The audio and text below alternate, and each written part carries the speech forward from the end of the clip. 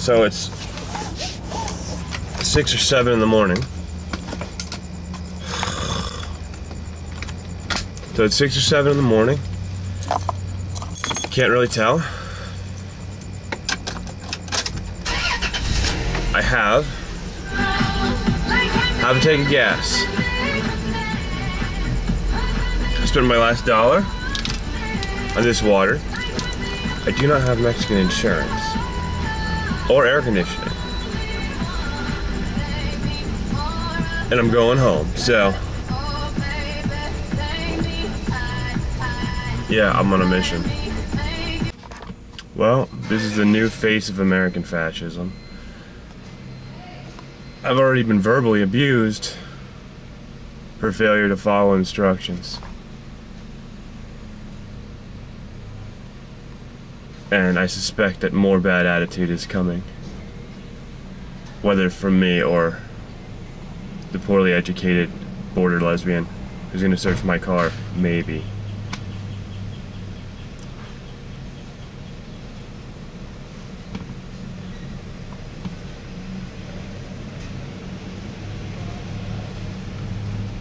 Fucking fascists.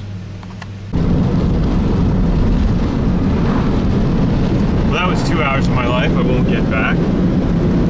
Oh my God, the new face of American fascism is fuck. We're still losing the war.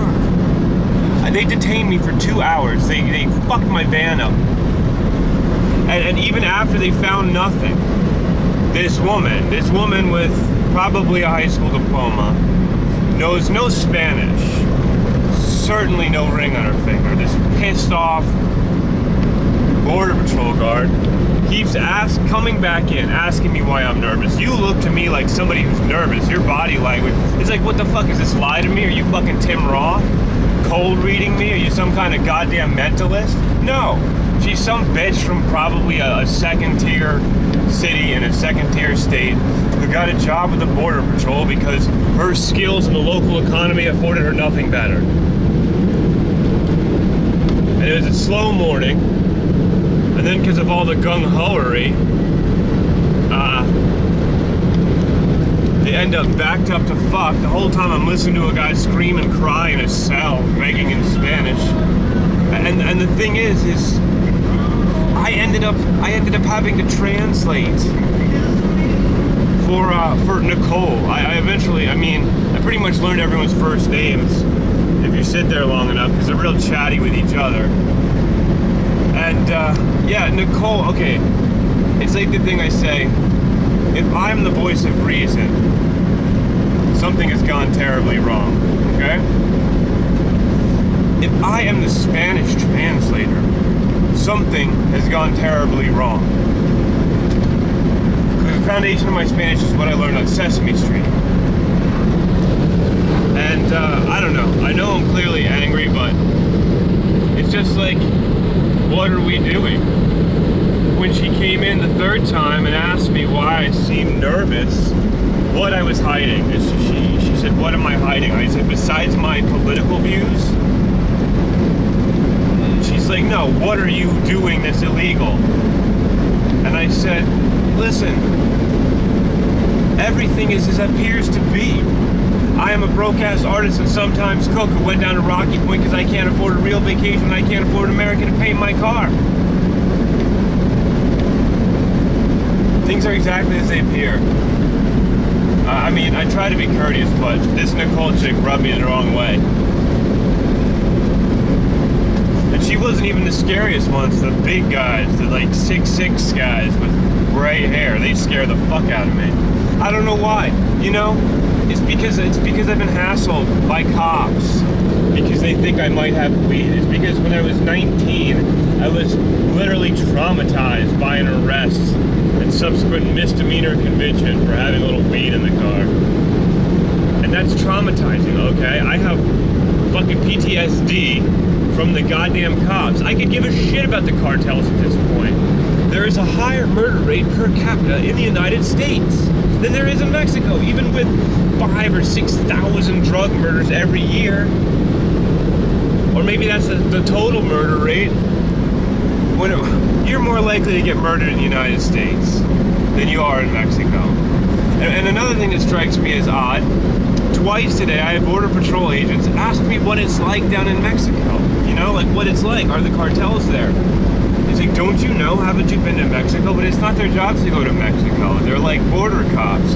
They're not there to think. You know, the cops you love on television are the ones who are allowed to think, like fucking Horatio and CSI Miami and Lieutenant Columbo and, you know, Tom Selleck, he was a PI though. You get my point. Cops that are allowed to think are great. Cops that are taking upon themselves to think. Okay, like if this Nicole person had been a detective, okay, on a murder investigation or something like that, her supposed abilities to read my body language would be more appropriate. But really, this is a woman who yells at me to stay in my vehicle, then yells at me to get out of my vehicle, then has my body searched while I'm in cuffs, and threatens me with a jail cell. Well, yeah, I'm gonna be nervous, because all of that shit up to that point happened without me fucking doing anything wrong. So, yeah, I'm nervous, because you have set a fucking precedent that you will touch my body against my will before I've even done anything. I'm getting myself worked up. I shouldn't even talk about this. But I'm starving, because I have no food money.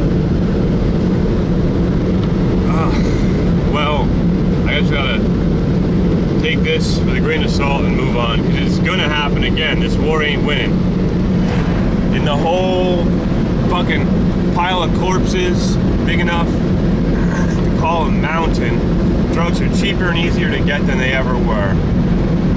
That despite inflation, pot's the same price as when I was in high school in New York, and that makes it cheaper. Coke's a quarter of the price it was in the 80s, adjusted for inflation. We're losing the war. It's a public health problem. It's not a crime problem. It's a public health problem. You know, this isn't a case of the cure being worse than the disease, because this fascism is not curing shit. Whatever the disease is, this is the medieval doctor bleeding the patient. This is giving radon as a treatment. This is mercury for your, actually no, mercury actually helped with syphilis. That's a case where the cure is as bad as the disease. Well, now this is the disease.